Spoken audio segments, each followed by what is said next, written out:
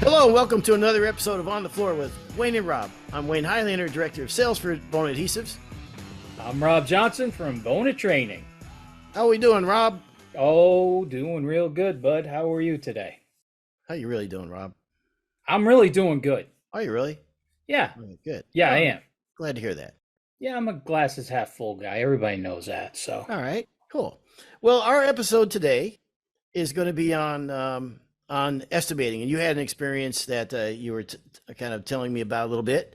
So you seemed pretty hyped about it. So do spill the tea. I was really excited. That email, you could feel it in the email I sent you, didn't I you? could tell you were pretty amped up. Well, when Bona lets me go and I have to go back to doing wood floors, I'm going to completely change the way that I used to do estimates. We had some unbelievable rain here in the end of July. I mean, basement was flooded. It was bad, and I've needed to redo my basement concrete floor and install French drains and all that. I've needed to do that since I lived in this house Which was since 1990. right. Well, you Yeah, got a lot so going on.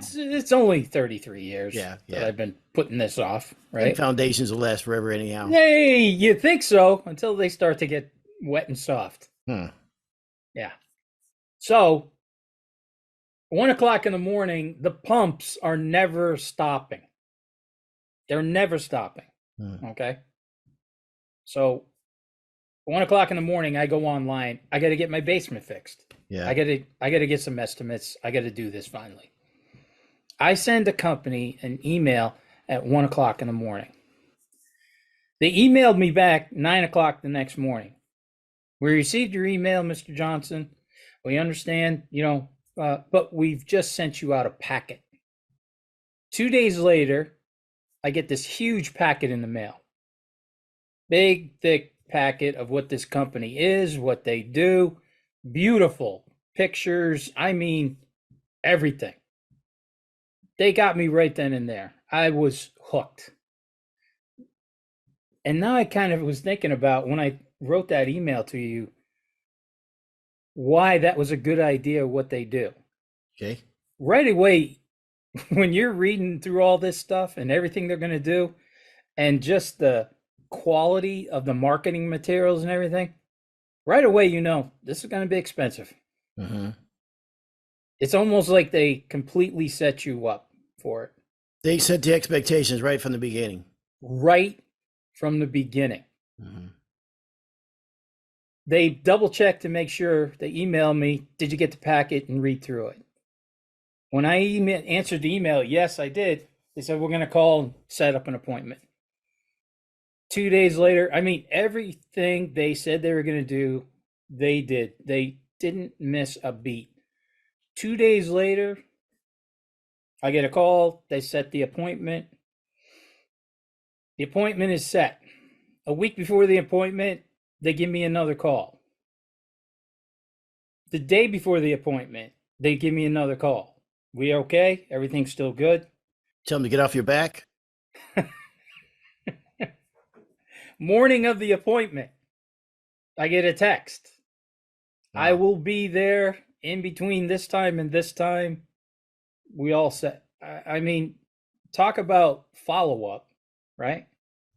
To the point now where I'm like, oh my God, I'm excited, right? Mm-hmm. Still knowing in the back of my head, this is going to cost me a fortune. Yeah. They came out, did the estimate. She pulls up, nice truck, not a Corvette, just a nice work truck, good condition. Mm-hmm. She comes out dressed nice, work clothes, but work boots, Yeah. not too fancy, but clean. She's down there measuring, doing all this stuff. She says, I need about an hour. I said, is there anything? She goes, if I need any questions, I'll ask you. She asked me a couple things, pretty thorough. She's down there a good hour and a half, measuring, looking at stuff, stealing my tools. I don't know. Mm-hmm. She comes up. We talk about the whole project for about 45 minutes. kind of is giving me ballpark prices, but says, "Oh, I want to, I want to get this all, I'm going to get back to my desk, type it all up." I see the estimate the next day. Now we go back and forth on a couple of different options, couple of different things, extras, taking things away, adding things, blah, blah, blah. Mm-hmm. Every time I sent her an email, within a day, I got the response that I was looking for. They came out. When we finally said, okay, we're going to go for it, give them a deposit. They give me a date. They send another guy out a week after they got the deposit to go through the job, her measurements, just to double check about windows and this and that. I have never seen anything like it. I called 2 other places to get the same thing. One guy never returned the call, and I called him a second time. Mm-hmm. I was trying to get 3 prices on this. One guy returns the call. The other guy calls me back. He doesn't return. Then the guy who calls me back, he goes, "I really don't know when I'll be able to get out there and take a look at it." This guy lives in the town next to me, 10 minutes away. Yeah. And I go, get to the job. He goes, "No, I don't even know when I'll be able to get to the estimate." Like I really don't want this job. Wow. The whole time I'm rooting for the first people that got in touch with me. Yep. I know they're going to be the more expensive, but I'm like, you're rooting for them almost, because they just seem like the kind of people that I want to deal with on time, especially in today's day and age. Like I said, the other 2 guys, one blows me off and one says, "Geez, I don't know if I can even get to you. Keep me in mind. Call me in 6 months or something." If I ever have to get back into it, I am beating my kid over the head. You got to do it this way. Yep. And I think that whole packet, sending out the packet of just the products they use, what they do, who they are, and everything, that just set the expectation right away. There was no charge for the estimate, and I know that there's a lot of people out there charging for estimates. But I think if you knew it was going to, just by this packet they sent out, I'm pretty sure you would know this is going to be an expensive deal. Do I really want to move forward with it? Yeah. Just unbelievable. And I said, man, I want to do a show about this because, like I said, they were so good, so professional, so on time with everything. I was rooting for them to get this job in the back of my head. Yep. Even still wanting to get a couple other prices just to test the waters. They got it by default, but. Well, I'm not going to lie. That was I was going to throw some shade down there, but that was on point. I can see why you're so hyped about it. I think that is the longest in 5 years that I've ever talked straight on this show. Your Canadian stories were not quite that long, but they felt a lot longer. My friend that lives in Texas, he retired. He was a carpenter, a phenomenal carpenter. But, he's 60 some odd years old now, and he retired, and he wanted to have a garage built in his backyard. A really big, grand garage built in his backyard. He ended up going with a company, and he goes, "You know what? They did a fantastic job, and I would never use them again." He said, because the lack of communication, he goes, I could never pin the guy down. It was like I could never find out exactly when he was going to start, and he would never get back to me, and I always had to call him, and it was just a nightmare getting hold of the guy every time. And the guy would tell me how busy he is and this, all the projects he's got going on. And he would see the guy on Facebook saying, "Hey, you need a garage done, make sure you call me, blah, blah, blah." He goes, "Meanwhile, I can't get him. He's in the middle of my project, and I can't get him to, to respond back to me." So I think communication is so important, man. It is so now more than ever. I'll tell you what, there's so many advantages. We talk about the disadvantage of the labor situation now, but there are so many advantages. The old expression, in the land of the blind, the one-eyed man is king.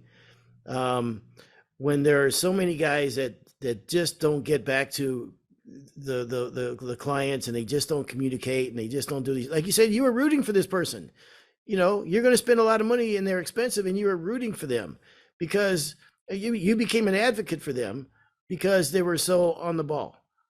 And if they're smart, that turns into dollar signs, right? I mean, you can That's where I wanted to roll this into the wood floor guys. I knew they were going to be more expensive, but it didn't hurt. It doesn't hurt. You know what I mean? They have gone way over and above what I ever thought. They haven't even done the job yet. And I'm already recommending this company out there. Yeah. And they haven't done the work. Wow. Yeah. How crazy is that? But I think this could definitely work for wood floor guys too. What a great, easy way to make extra money. Why are you $7 or $8 a foot for sand and finish? Yeah. Well, here's why. Here's why. Look at the communication. Yeah. There's no questions left. And likely you'll be suing them like all the other tradesmen that's worked for you before it's done. But that's not the point at all. Let's try to stay positive. Okay. All right. Okay. I'm sorry. Let's wait till to the end. Let's wait for the pumps to break or something like that till we go bad on this. Okay. But right now it's all positive. Right now, Pauline, I feel you. Pauline is pretty happy right now. There you go. Okay. She's had to spend a lot of time down in that dungeon, and that's what it is. It's a dungeon. Yeah. Well, after all the years of not doing anything there. Nothing. Good on you. Yeah. Oh, I would go down and put a new $89 sump pump in from True Value, and I'm like, so what are you going to make me for dinner? Yeah. I deserve something good, Pretty special. Yeah. Yeah. No more standing water that you have to slosh through. Yeah. At one point in her life, she had to wear boots. When she was on there, she had to wear boots. Wow. That's pretty rough. It's bad. It's a wet cellar. Well, I'm happy for you guys that you're getting that resolved. Listen, a lot of what you're talking about is upselling. Every single industry upsells, and I'll give you a couple good examples. You ever go to a restaurant and order a salad? All of them now say, "Do you want to add a protein to it? Do you want to add a salmon to it?" Well, the salad was $17, probably $4 where you eat, but more, in a regular restaurant, $17. I was like, what are you at Ruth's Chris all the time now for a $17 salad? I'm just making this up. You're a $17 salad and you're adding a protein? Well, that's probably a $9 add-on to a $17. That's what I was going to say. $17 salad then goes up another $9 or $7 if you get chicken on it or you get shrimp on it or whatever. That's a hell of an upsell. If they only offered the salad at the end of the year, that salad is just sets the stage for where you really make your money. So, and I'll give you another great example since that one was so good. Uber. When Uber first came out, you could call someone and get a ride. Okay. All of a sudden you have like the Uber XL, where now you can get like the big black Escalades and with white glove service and, really nice. Again, an experience that you'll never know, but it's out there. Hey. I've ordered Uber Black before. By accident, wasn't it? Admit it. No, I like a big car. Come on, look at me. All right. Yeah. Okay. I've seen what Uber can show up with sometimes. Yeah. Guy pulls up in a Celica for, me and somebody, let's go with the black. I learned that from Bill Price. Just go with the black. Uber Black. Yeah. Okay. Well, now you can order a burrito for $10. You know what I mean? Now everybody upsells. There's a company out there, a shoe company called Nobull Shoes, Nobull, and they're like a boutique running shoe or whatever. And at first he came out with kind of the basic shoes, and now they're like $199, and I don't have a pair, by the way, $199 for this, fancy shoe. And what they do, they make you feel like you're part of a community. When they do so much advertising and social media stuff, they make you feel like you're a special part of a club and everything. So I'll tell you, upselling is so damn important, and there are ways you can upsell, uh, for sure, with in the flooring industry. I mean, there's pretty obvious ways, the floor vents and stuff like that, but there's a lot of different ways you can upsell, even with finish, certainly with finish. And if you're using, if you spent the money on a power drive, talk about it. I would absolutely talk about it. If you're using Tampico brush, and you're not, letting them know that that's just something that you're doing, I would 100% talk about that. These are the reasons why our price is what it is. In So my sanding packet, I would have, of course, the Bona traffic brochures. I'd have Bona product brochures in there. I'd have just what you were just saying, flush mount vents, medallions, all upsell things, all part of that packet. Let people start going through that stuff and they're going to, oh, can I have this? Even though I have a floor, can you still put a medallion in? Oh, hell yeah. Yeah, there's a hell of an opportunity. And if, I think, yeah, I would, everybody should be striving to be the highest price guy in their territory. If you're going to be the highest price guy, you better give them the best estimate they've ever had in their life. That's what I had they gave me the best estimate that I've ever had from anybody ever. And well, they're expensive and they're getting the job. yeah, But, so far that experience has really set the tone like, man, I am working with some serious people here. yeah. Well, here's the thing about it right now. I mean, it's a great way to add profit to your business and what have you. And the other thing is that, okay, with a labor shortage, and if you can't scale up because of that, well, it's easier to upsell than it is to go out and get new clients or whatever. And you've already driven to the job. You know what I mean? You've already pulled the Right. sander. You've pulled the sanders out of the truck. You've driven to the job. You've done these things. You pay the same amount of gas to make these trips. So if you can upsell on those as well, find ways to upsell, then on that job you'll extract more money out of that job. To the bottom line at the end of the year is incredibly the difference is incredible, can be, um, and and you've created a better customer experience. You know what I mean? I keep going back to the same story because it was so impactful for me when I was going to buy a pickup truck. The first time I was going to buy a nice truck for myself, when the guy just thought that I was basic. You know what I mean? He thought I was going to go over the. He had no idea that you were a corporate stooge that eats $17 salads. Exactly. And He just thought you were some. Oh, look at this guy. Yeah, on the other side of the lot, I'm seeing the nice trucks, yeah. the, the Let ones I me want. try to get this guy over to the used car aisle. Absolutely. And so while I'm over there looking at these ones, it's like those are the ones I want over there. Why would he bring me to these ones here? It's bad. And the other thing too, he didn't know. He should have asked more questions about me. He should have asked, you know what I mean, rather than bring me over there. It was a bad salesmanship. So anyhow, again, I think you justify the quality that you're adding to the job, and like I said, you're driving to that place anyhow. That's why I never understood. Like you have a restaurant that's open for let's say breakfast and lunch, and it's closed the rest of the day. Well, that location, if you're not serving dinner or whatever, I mean, it's you have the same location. You know what I mean? To make Right. the money of that place. So, gosh, why wouldn't you? Seem like, I mean, the staffing issues and all that, but it just seems like, all right, you have the same amount of time. You have 24 hours at that location every day.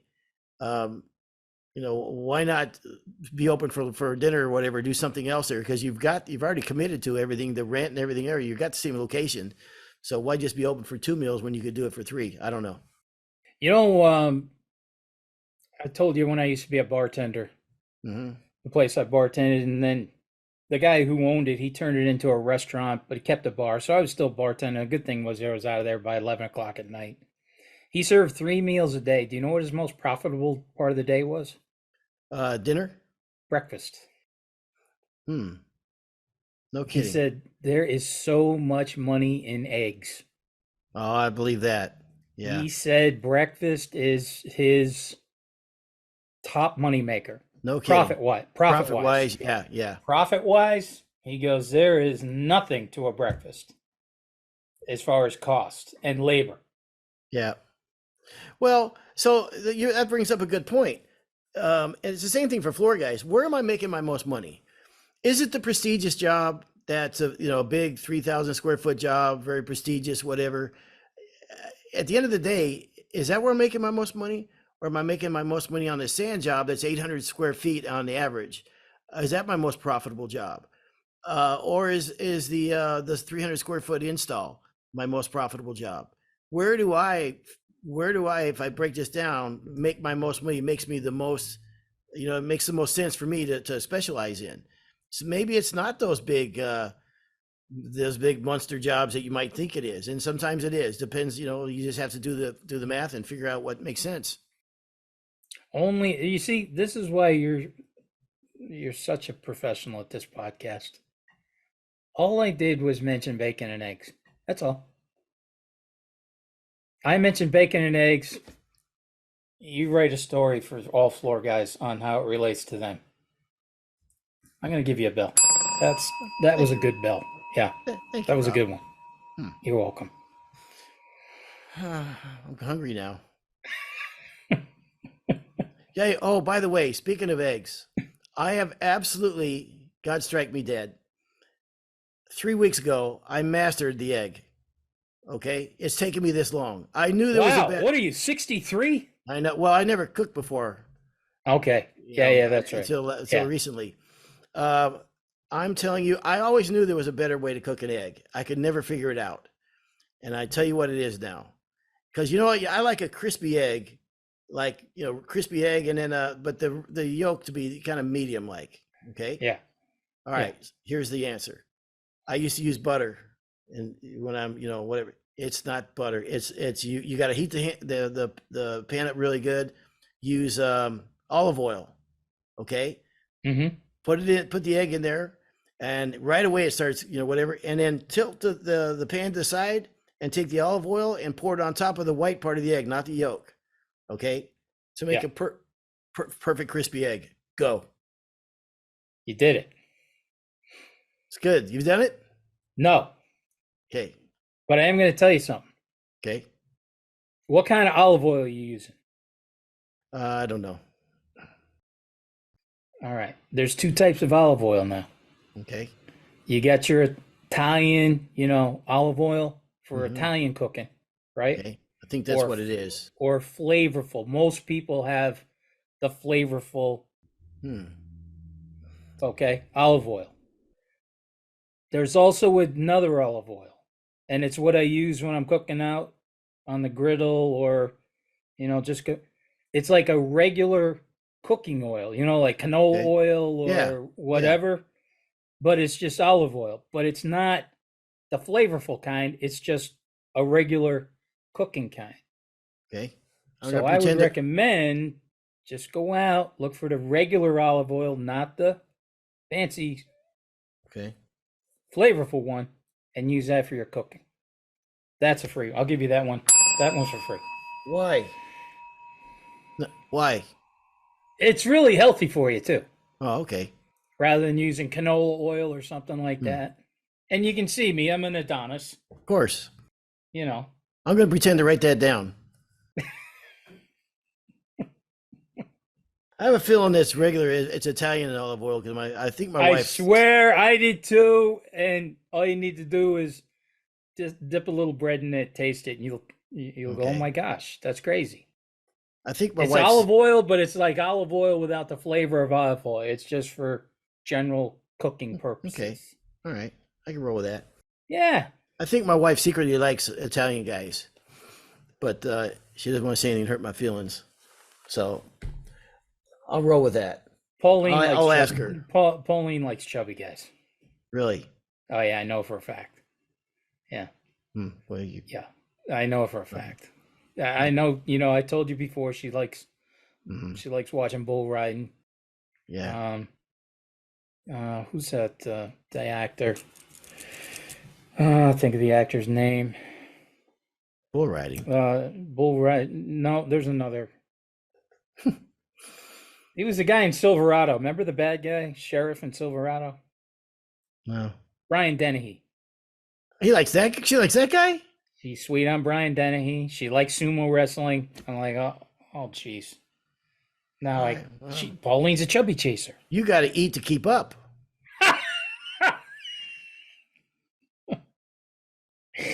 I tested But Judy out. now I know, okay? I Mhm. noticed the last few months, Pauline is in love with these shows like Lone Star Law. All these guys are out checking fishing licenses and stuff.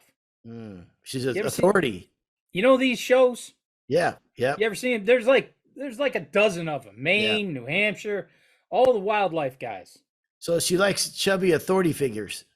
There's some guy in Texas. She's like, oh, he's my favorite guy. Chubby old guy. Hmm. Oh, she loves it. Oh, he comes on and she just lights up. I was like, okay. You got longevity in your relationship. I test You Judy want out. chubby? Yeah. You want chubby? I'm Look your at me. guy. Look no further. All right. Well, what else you got on this Hey, revelation? Wait a minute. Wait a minute. Yeah. Wait a minute. Speaking of fishing, Hmm.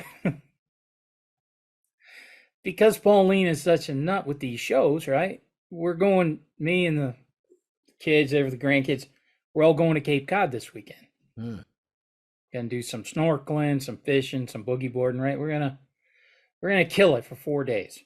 Okay. So I thought, geez, and I've been going there forever. Never once did I ever think to get a fishing license. Ever. So I said, geez, that's crazy. Now that I'm watching all these shows with Pauline, how come I never got a fishing license?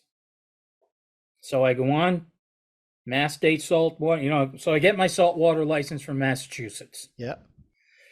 And I'm reading through those who require a license.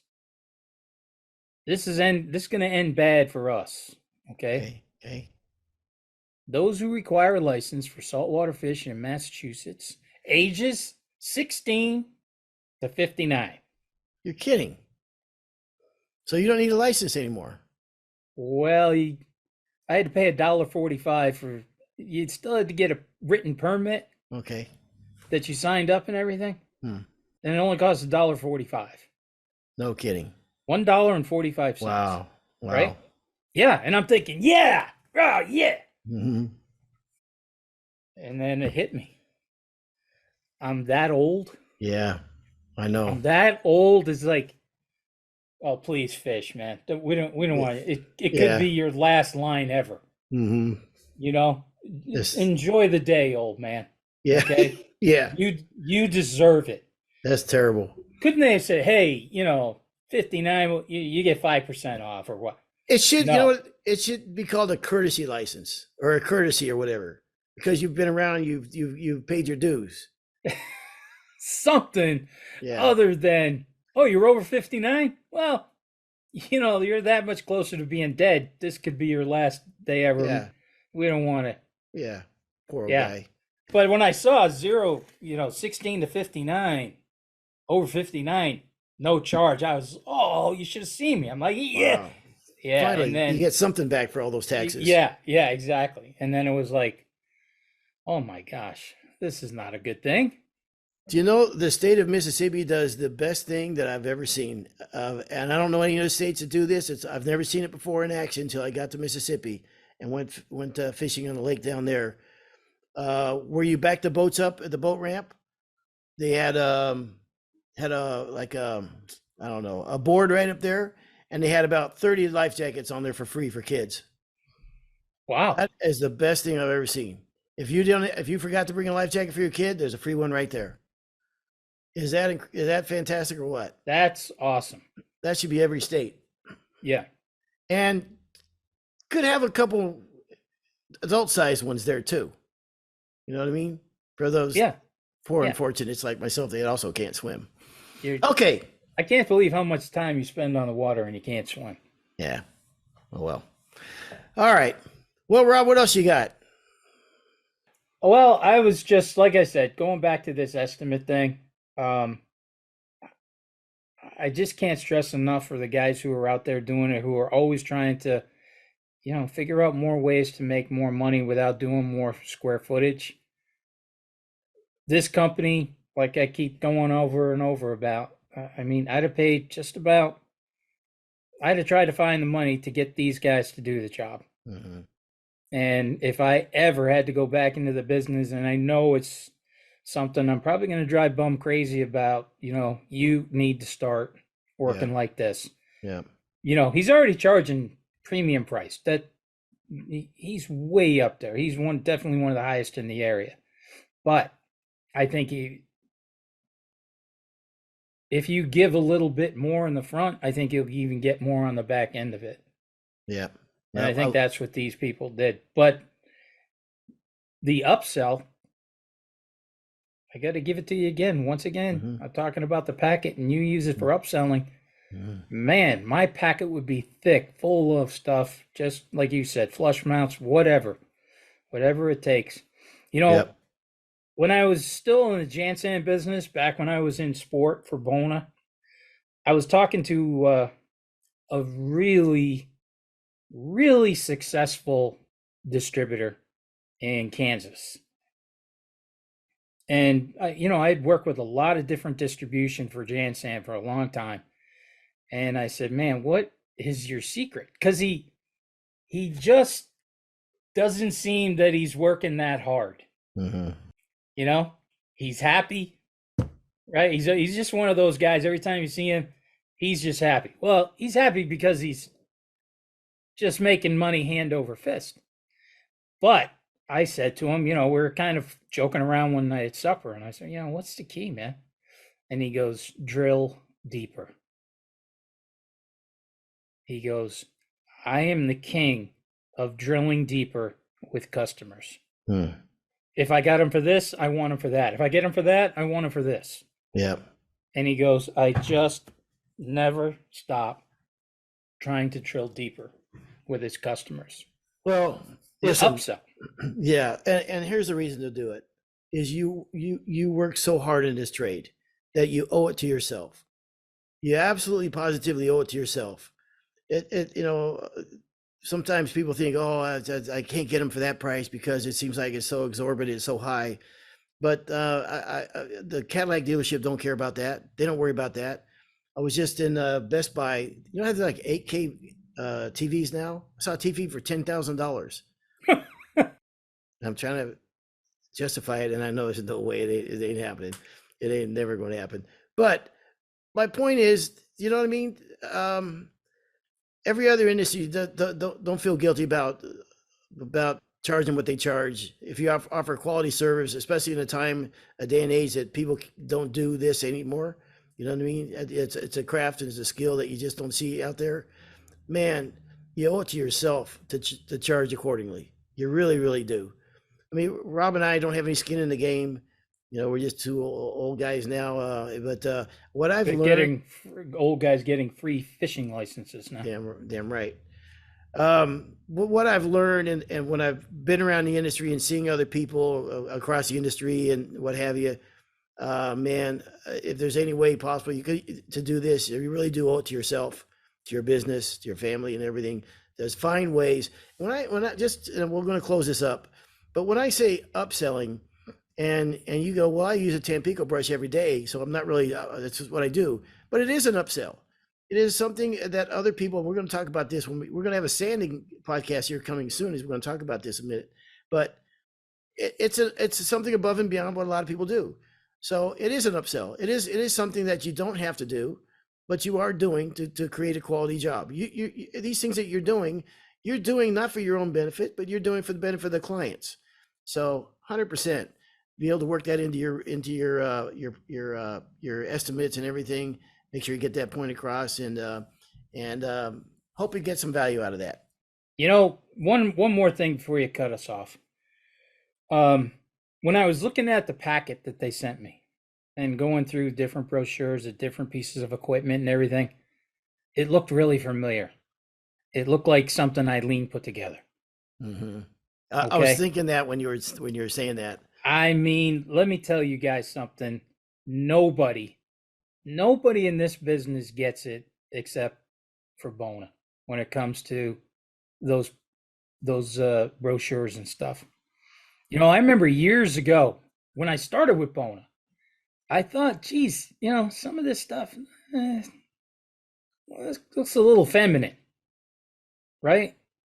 It doesn't look like it's made. And then I, mentioned something to somebody in marketing one day, and they go, yeah, a lot of our marketing pieces are geared towards women because they're the ones who are making the decisions on color. I mean, look at some of the brochures that the marketing department has made over the years. Look at your adhesive brochures. Amazing. Stain brochures, traffic brochures, craft oil brochures. I'm filling my packet up with all of that stuff. If your distributor doesn't have it, reach out to your territory manager. He'll get it through the distributor, but my gosh, I wouldn't do an estimate without sending out a packet from now on, ever. And I'll tell you, the stuff that Bona makes for our brochures and everything, it's perfect. I mean, it is absolutely perfect. It just sets the tone. Okay, because I can't let you have the last word. Please allow me this. I've said this before, but we want to talk about upselling. I know, yes, I'm the adhesive guy, but listen, I have to say this. If you're in a client's home and it's at 1,500 square feet, let's say it's a 1/2 inch engineered floor that's going to go down, 5/8 engineered.